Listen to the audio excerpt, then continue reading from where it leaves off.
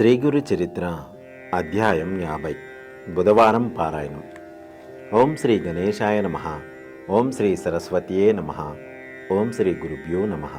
ప్రస్తావన: కలి ప్రభావం చేత శివకేశవాది భేదాలకు తోడు ఇతర మతాలు మన దేశంలో ప్రవేశించాయి. వాటన్నింటి మధ్య అసహనం తలెత్తింది. శ్రీ దత్తస్వామి వాటి మధ్య కూడా సామరస్యాన్ని నెలకొల్ప సంకల్పించాడు. అందుకే శ్రీగురుడు ఒక మ్లేచ్చరాజును కూడా అనుగ్రహించి హిందువుల పట్ల గౌరవము ఆదరణ కలిగి ప్రవర్తించేలా చేశాడు, కృతార్థుణ్ణి చేశాడు. తర్వాత దత్తావతారాల చరిత్రలలో ఈ అంశం ప్రబలమైంది.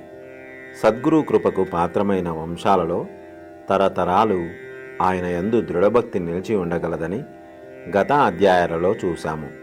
అంతేగాక జన్మాంతరంలో కూడా వారి లౌకికమైన అభిష్టాలు ప్రసాదించడమే గాక మరల సద్గురు సేవను ప్రసాదిస్తుందని ఈ అధ్యాయాలు 50, 51, 52 తెలుపుతాయి.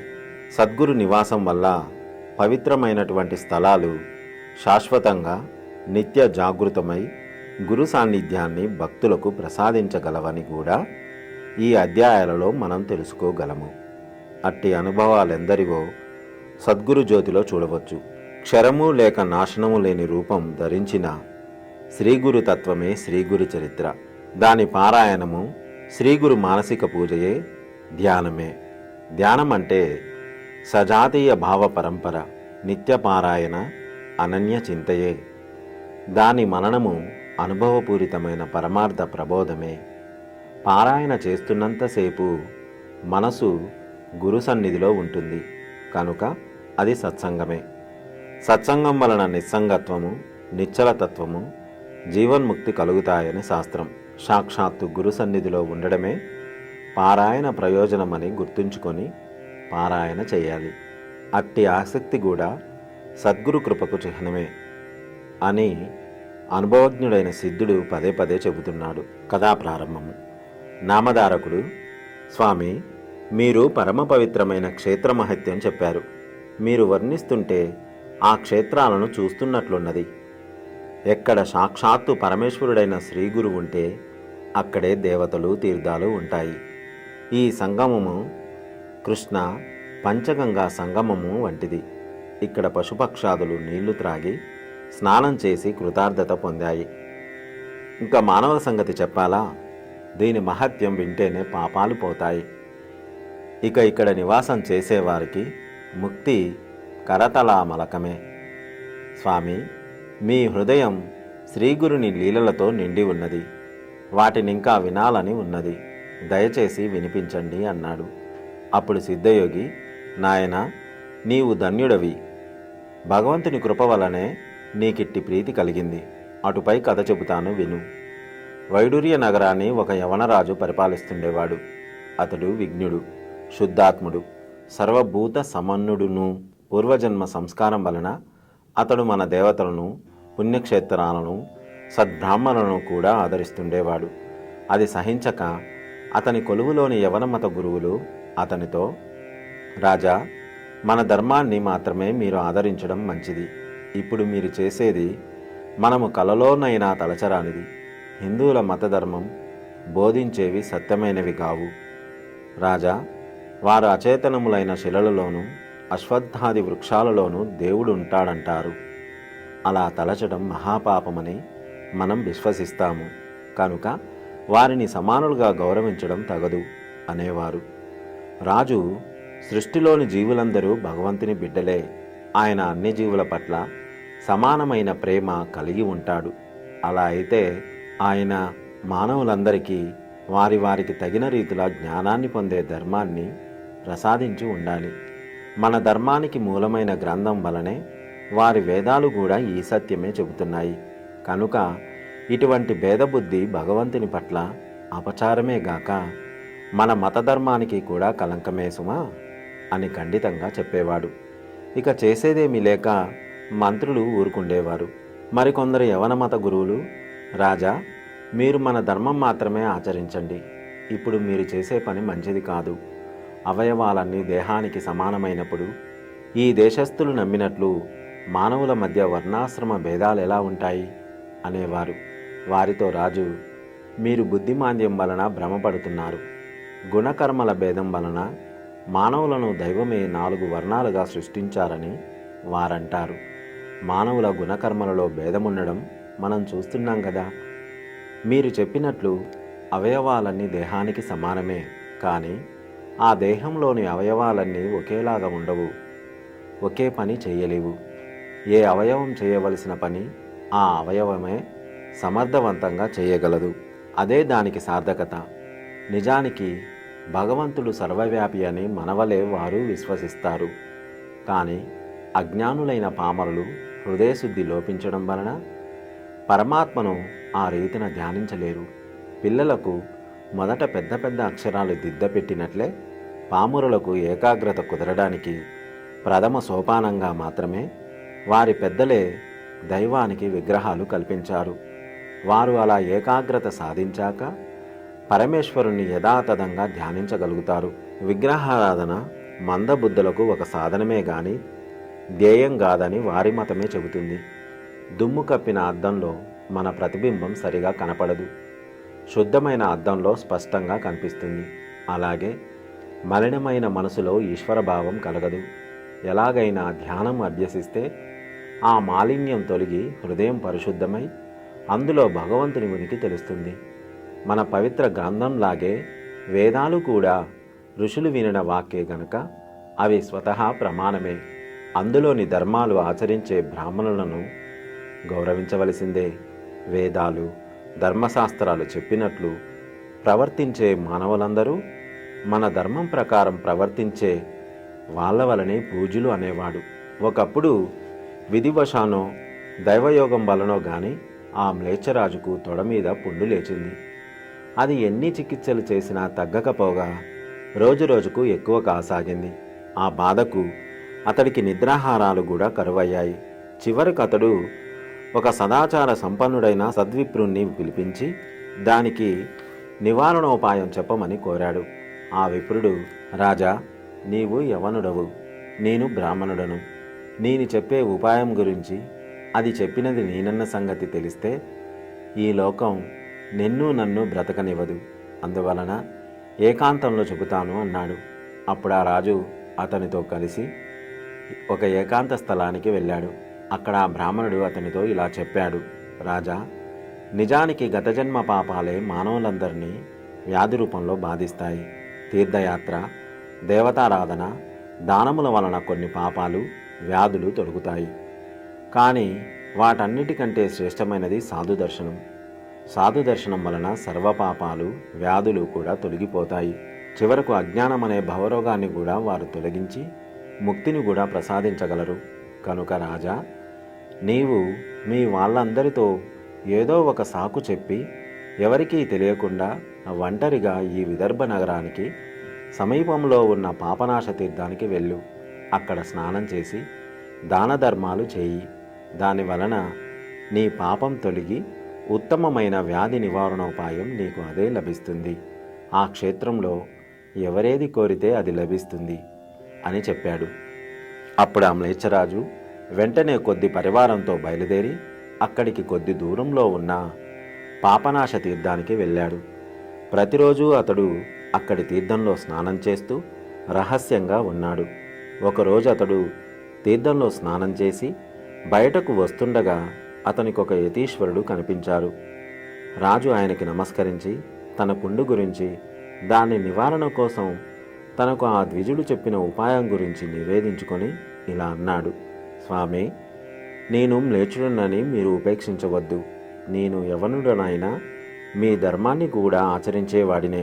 నాకు దయతో ఈ వ్యాధి యొక్క నివారణోపాయం తెలపండి అని ప్రార్థించాడు. అప్పుడు ఆ సన్యాసి కూడా సాధు దర్శనం అన్నిటికంటే శ్రేష్టమైన తరుణోపాయమని చెప్పాడు. అప్పుడు ఆ యవనరాజు ఆయనకు నమస్కరించి, యోగీశ్వర, సాధు దర్శనం అన్నిటికంటే శ్రేష్టమంటిరి కదా, అందుకు తార్కాణమేమైనా దయతో వివరించండి అని వేడుకున్నాడు. అప్పుడు ఆ సన్యాసి ఇలా చెప్పాడు, నాయన, వెనక ఋషభయోగి అనే మహాత్ముని అనుగ్రహం వలన ఒక పతితుడైన బ్రాహ్మణుడు జన్మాంతరంలో ఉద్ధరింపబడ్డాడు. ఆ కథ వివరంగా చెబుతాను విను. పూర్వం అవంతిపురంలో ఒక బ్రాహ్మణుడు పింగళ అనే వేశ్యకు వశుడై స్వధర్మాన్ని విడిచిపెట్టాడు. అతడు గృహస్థు అయ్యి ఉండి కూడా తన భార్యను విడిచిపెట్టి ఆ వేశ్య ఇంటి వద్దనే త్రాగి పడి ఉండేవాడు. ఒకనాడు సంధ్యవేళ వృషభయోగి అటుగా వెళ్తుంటే చూసి ఆ నామమాత్ర బ్రాహ్మణుడు వేశ్య ఆయనకు భక్తితో నమస్కరించి ఇంట్లోకి తీసుకువెళ్ళి పూజించారు. తర్వాత ఆయనకు భోజనం పెట్టి రాత్రంతా పాదసేవ చేస్తూ ఆయనను నిద్రపుచ్చారు. మరుసటి ఉదయమే ఆ యోగి వారిని ఆశీర్వదించి వెళ్ళిపోయారు.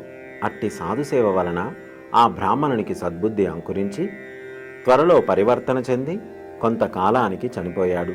మరుజన్మలో అతడు దశార్ణ దేశంలో వజ్రబాహు అనే రాజు యొక్క పట్టపురాణి అయిన సుమతీదేవి గర్భంలో పడ్డాడు. ఆమెకు మగబిడ్డ జన్మిస్తాడేమోనన్న అసూయతో ఆ రాజుగారి రెండవ భార్య ఆమెకు విషం పెట్టింది. కానీ అందువలన పట్టమహిషి స్పృహ లేకుండా పడిందే గాని ఆమె గర్భంలోని పిండానికి ప్రాణాపాయం కలగలేదు. అయితే ఆమెకు పుట్టిన బిడ్డకి శరీరమంతటా పుండ్లు లేచాయి. రాజు దుఃఖించి ఎన్నెన్నో చికిత్సలు చేయించినా ఆ తల్లి బిడ్డలకు వల్లంతా పురుగులు పడి చీము కారుతూ ఎంతో దుర్వాసనగా ఉండేది. పూర్వజన్మలలో వారు చేసిన పాపాలే అందుకు కారణమని, వారిని చూడ్డం కూడా పాపమేనని తలచి రాజు వాళ్లను భయంకరమైన ఒక అడవిలో విడిచిపెట్టించాడు. అందుకు రాజుగారి రెండవ భార్య ఎంతో సంతోషించింది. ఎన్నడూ కాలైనా కింద పెట్టని మహారాణి అడవిలో ఆకలితో మాడిపోయింది. అయినప్పటికీ ఆమె ఆ బిడ్డను చంకన పెట్టుకొని క్రూర జంతువుల గర్జనల మధ్య ముళ్లలో లేస్తూ పడుతూ తిరుగుతుండగా ఒకచోట కొందరు పశువుల కాపరులు కనపడితే వారిని త్రాగడానికి మంచినీళ్లు అడిగింది. అప్పుడు వాళ్ళు చెరువుకు వెళ్లే దారి చూపారు.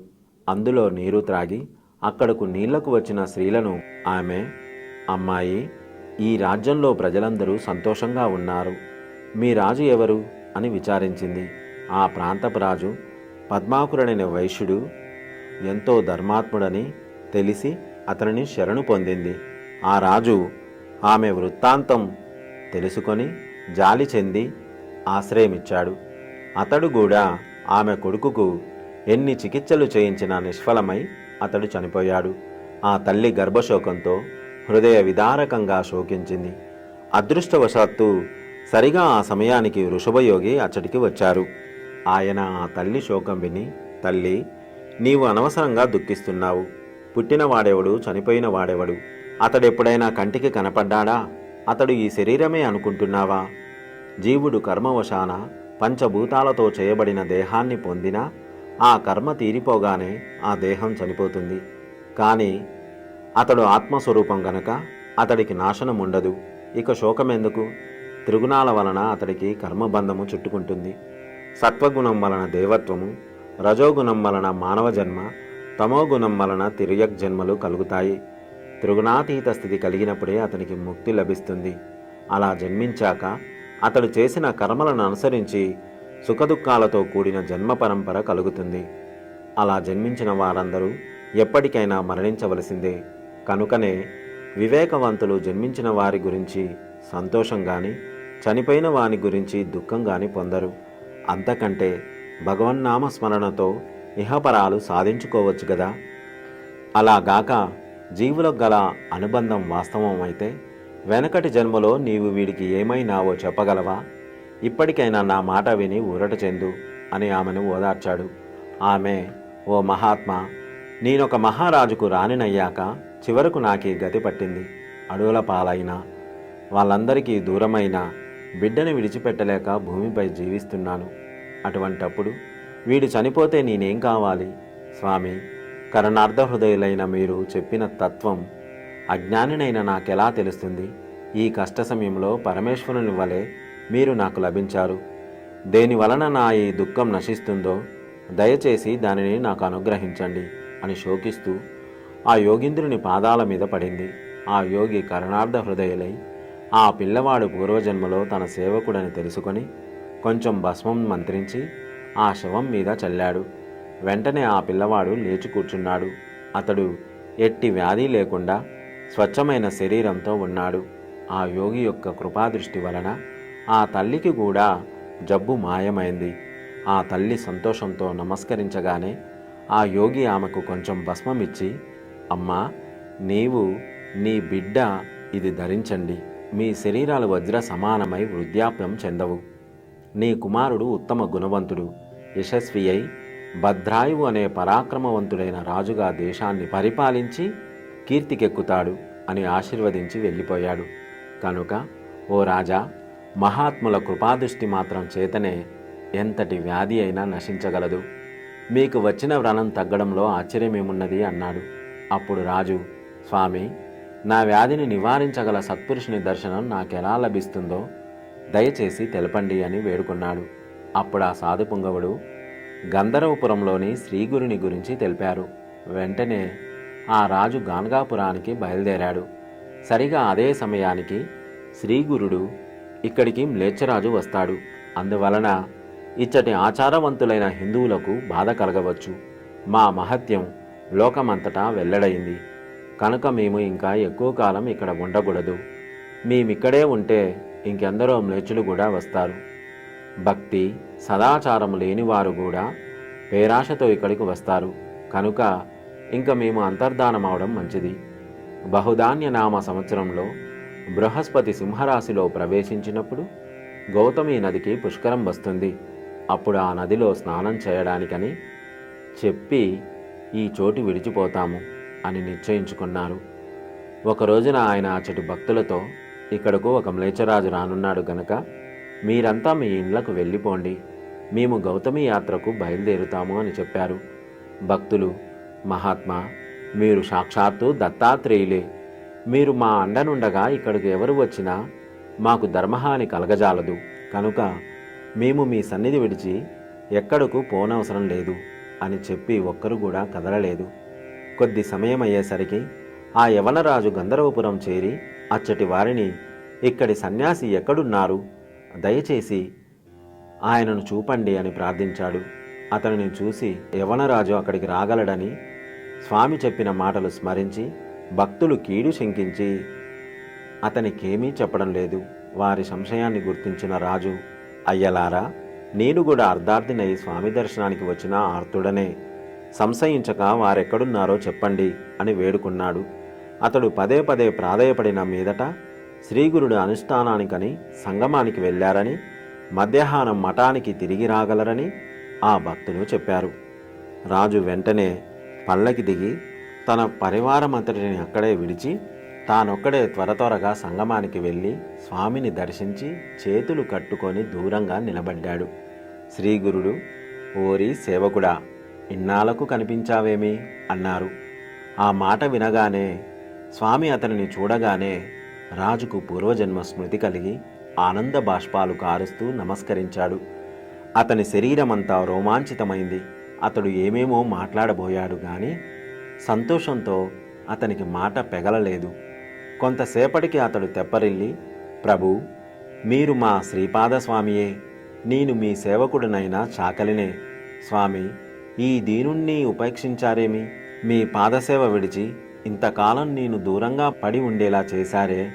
రాజవైభవాల భ్రమలో చిక్కి మిమ్మల్ని మరచి ఎంతకాలం గడిపాను. ఇన్నాళ్ళు మీ దర్శనమే లభించలేదు. చివరికి మీ ఎదుటకు వచ్చాక కూడా ఇదివరకు అంతగా సేవించుకున్న మీ పాదాలను గుర్తించలేకున్నాను. అజ్ఞానమనే మహాసముద్రంలో నన్నిలా పడి ఉండనివ్వడం మీకు న్యాయమా? జరిగింది చాలు. ఇక నుండైనా మీ పాదాలు విడవను, నన్ను ఉద్ధరించండి అని చెప్పి ఆయనకు నమస్కరించుకున్నాడు. శ్రీగురుడు అఖిలాభిష్ట సిద్ధిరస్తు అని ఆశీర్వదించారు. వెంటనే ఆ రాజు తనను బాధిస్తున్న రుణం తగ్గించమని వేడుకున్నాడు. స్వామి, ఏదిరా నీ రుణం చూపించు అనగానే అతడు తన తొడవంక చూసుకొని ఆ కురుపు మటు మాయమవడం చూసి ఆశ్చర్యచకితుడై భక్తితో ఆయనకు నమస్కరించాడు. ఆ స్వామి గంభీర వదనులై, ఏమిరా, నీవు కోరుకున్న రాజ్యభోగాలు తనివితీరా అనుభవించావా? లేక ఇంకేమైనా కోరికలు మిగిలి ఉన్నాయా? బాగా ఆలోచించుకొని చెప్పు అన్నారు. అప్పుడు ఆ రాజు, మీ దయ వలన సకలైశ్వర్యాలతో చాలా కాలం రాజ్యమేలాను. నాకు కొడుకులు మనుమలు కూడా కలిగారు. నా మనసు పూర్తిగా తృప్తిపడింది. కానీ భక్తవత్సల, మీరు ప్రసాదించిన సంపదలు మీరు స్వయంగా చూడాలన్న కోరిక ఒక్కటే మిగిలింది. ఆ ఒక్కటి తీరగానే నేను సర్వము విడిచి మీ పాదసేవ చేస్తూ ఇక్కడే పడి ఉంటాను అని వేడుకున్నాడు. స్వామి, ఓరి సన్యాసులమైన మేము పాపభూయిష్టమైన నీ మ్లేచ్ఛరాజ్యంలో అడుగుపెట్టకూడదు. మీ మతస్థులు గోవులను చంపుతారు కనుక మాకది తగదు అన్నారు. స్వామి, నేను మీ సేవకుడును, మీ రజకుడును గాన ఈ రాజ్యమంతా మీరు ప్రసాదించినదే గదా. కర్మవశాన ఈ జాతిలో జన్మించానే గాని నేను మీ సేవకుడినే కదా. మీరు ప్రసాదించిన రాజ్యాన్ని, కొడుకులను, మనుమలను మీకు చూపాలని నా కోరిక.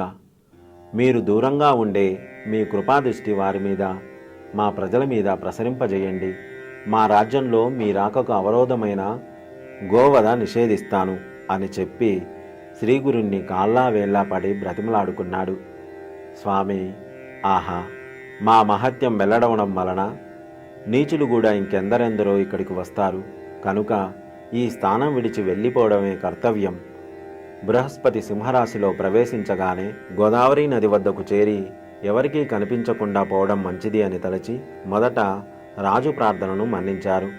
శ్రీగురుని అంగీకారం చెవిన పడగానే ఆ యవనుడు ఉప్పొంగి వారినొక పల్లకిలో కూర్చోబెట్టి వారి పాదుకలు తన తలపై పెట్టుకొని నడవసాగాడు. స్వామి నవ్వుతూ అతడికేసి చూసి, నీవు కూడా గుర్రం మీద కూర్చొని ప్రయాణం చెయ్యి, లేకుంటే లోకనిందల పాలవుతావు. రాజువైన నీవు ఒక బ్రాహ్మణ సన్యాసికి దాసుడవై ఇలా ప్రవర్తించడం ఎవరైనా చూస్తే నిన్ను దూషిస్తారు, నవ్వుతారు అన్నారు. రాజు, నేనింకెక్కడి రాజును? అంతకంటే ముందు మీ పాద సేవకుడనైన చాకలినే గదా. పరుషవేది స్పర్శ వలన ఇనుము బంగారమైనట్లు కేవలం మీ కృపాదృష్టి వల్లనే నేను పవిత్రుడనయ్యాను. మీరు సాక్షాత్తు సర్వేశ్వరులే. మానవ మాతృడనైన నేను లోకానికి రాజునైనా నిజానికి మీ సేవకుడనే. ఎవరో ఏమో అనుకుంటారని మీ పాదసేవ మానుకుంటానా అంటూ ముందుకు సాగిపోయి తాను దూరాన విడిచి వచ్చిన పరివారాన్ని స్వామికి చూపించాడు. శ్రీగురుడు సంతోషించి, మనం చాలా దూరం పోవాలి, నా మాట విని ఇకనైనా గుర్రం మీద ఎక్కి ప్రయాణం చెయ్యి అన్నారు. అతడు శ్రీగురుణ్ణి, శిష్యులను కూడా ఉచితమైన వాహనాలలో కూర్చుండబెట్టి వారితో కూడా గుర్రం మీద బయలుదేరాడు. మరికొంతసేపటికి స్వామి, నాయనా, నీవు మ్లేచ్ఛుడిగా జన్మించినా మా పట్ల ఎంతో భక్తితో మెలుగుతున్నావు, సంతోషమే. కానీ సన్యాసులమైన మాకు మీతో కలిసి ప్రయాణం చేస్తుంటే త్రికాలానుష్ఠానము సక్రమంగా చేసుకొనడం వీలుపడదు. కనుక మేము ముందుగా వెడతాము. మీరందరూ మెల్లగా వచ్చి పాపనాశ తీర్థం దగ్గర మమ్మల్ని కలుసుకోండి అని చెప్పి రెప్పపాటులో స్వామి అదృశ్యులయ్యారు. అంతలో ఆయన ఎక్కడా కనిపించకపోయేసరికి అందరూ నివ్వెరపోయారు. ఆయన అలా అదృశ్యమై వైడూర్య నగరానికి కొద్ది దూరంలో ఉన్న పాపనాశ తీర్థం చేరి అక్కడ యోగాసనంలో కూర్చొని అనుష్ఠానం చేసుకోసాగారు. కొందరు శిష్యులు వారితో కూడా అక్కడికి చేరి శుశ్రూష చేస్తున్నారు. అప్పుడు ఆ ప్రాంతంలో ఉంటున్న సాయందేవుని కుమారుడైన నాగనాథుడు స్వామిని దర్శించాడు. ఆయనను ప్రార్థించి శిష్య సమేతంగా వారిని తన ఇంటికి తీసుకుపోయి పూజించి అందరికీ భిక్ష ఇచ్చాడు. నాటి సాయంత్రం అతనితో స్వామి, నాయనా, యవనరాజును పాపనాశ తీర్థానికి రమ్మని చెప్పాము. మేము అక్కడికి పోతాము. లేకుంటే మమ్ము వెతుక్కుంటూ యవనుడు ఇక్కడికి వస్తాడు. అతడిక్కడికి వస్తే నీ ఆచారానికి భంగం కలుగుతుంది అని చెప్పి శిష్యులతో కలిసి ఆ తీర్థం దగ్గరికి వచ్చి అక్కడ భద్రాసనంలో కూర్చున్నారు. ఇంతలో అక్కడ ఆ యవనరాజు స్వామి అదృశ్యం అవ్వగానే, అయ్యో, స్వామి నన్ను ఉపేక్షించి ఇలా నన్ను విడిచి వెళ్ళిపోయారు. నేనేమి అపరాధం చేశాను? అయినప్పటికీ నన్ను తీర్థానికి రమ్మని చెప్పారు కదా, అక్కడ నా కోసం వారు వేచి ఉంటారు అని తలచి 40 క్రోసుల దూరంలో ఉన్న ఆ తీర్థానికి సాధ్యమైనంత త్వరగా చేరుకున్నాడు. అక్కడ స్వామిని ఆహ్వానించి తన నగరానికి తీసుకువెళ్ళాడు.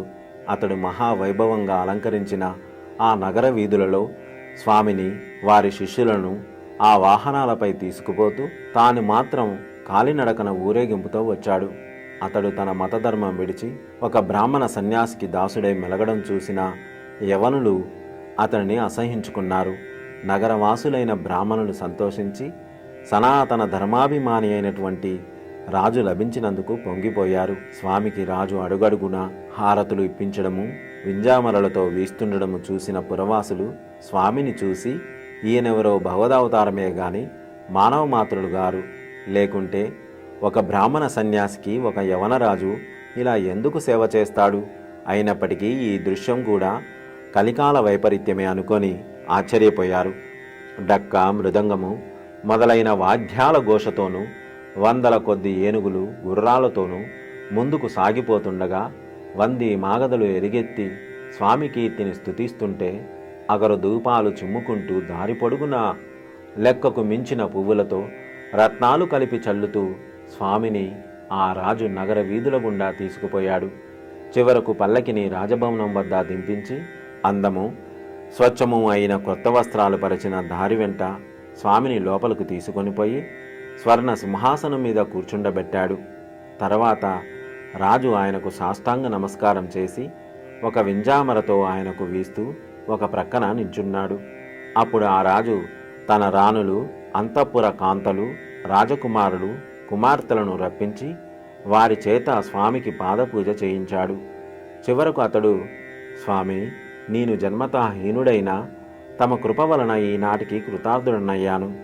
నేను కోరుకున్నవన్నీ నెరవేరాయి అని చెప్పి నమస్కరించాడు.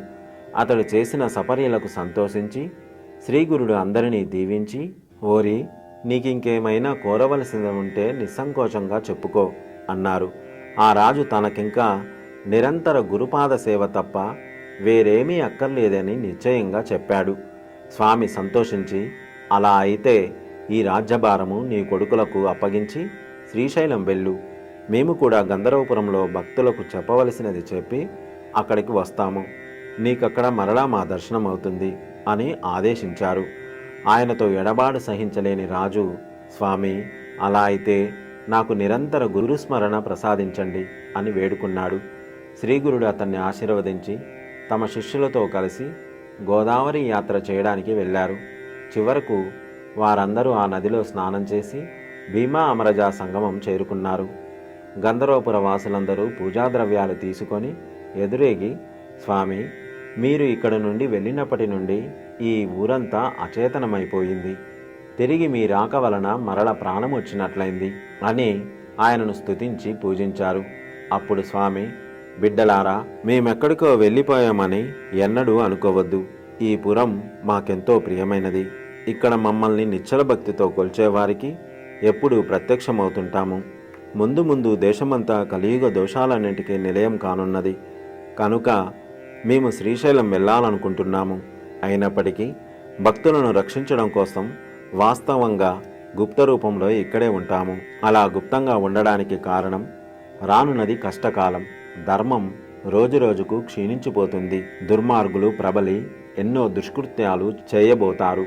పూర్వజన్మ సంస్కారం వలన యోగ్యుడైన ఆ మ్లేచ్ఛరాజు మా అనుగ్రహానికి పాత్రులైనారని విని ఎందరెందరో హీనులు కూడా ఇక్కడికి వస్తారు. మా ప్రత్యక్ష సాన్నిధ్యం వారికి కలగడం వలన అందరికీ ఎంతో కీడు జరుగుతుంది. కనుక మా రూపాన్ని గుప్తం చేయడం ఒక్కటే కర్తవ్యం అన్నారు. అది విని పురవాసులు ఎంతగానో బాధపడుతూ నిశ్చేష్టులై బొమ్మలలాగా నిల్చున్నారు. ఆనాటి వరకు మానవాకారంతో కనిపిస్తున్న ఆ త్రిమూర్తి అవతారం అటు తర్వాత తమ స్థూల రూపాన్ని గుప్తపరిచినప్పటికీ ఈ గంధర్వపురంలో సుస్థిరంగా ఉన్నారు సుమా. అందుకు నేనే సాక్షిని. నేటికి ఈ గంధర్వ నగరంలో ఆయనను విశ్వాసంతో భజించిన వారి కోరికలు తీరుతాయి. ఇతర యుగాలలో ఎన్ని వేల సంవత్సరాలు తపస్సు చేసినా కనిపించని ఈ దత్తమూర్తి ఇప్పుడు భక్తుల పాలిట కల్పవృక్షమై ఇక్కడ నిలిచారు. భుక్తి ముక్తులను ప్రసాదించడానికి ఈ భూమి మీద ఇంతకు మించినదేమున్నది? ఓం శ్రీ దత్తాయ గురువే నమః. శ్రీ శ్రీపాద శ్రీవల్లభాయ నమః. శ్రీ నృసింహ సరస్వత్యే నమః. సర్వం శ్రీపాద శ్రీవల్లభ చరణారవిందార్పణమస్తు. స్వస్తి.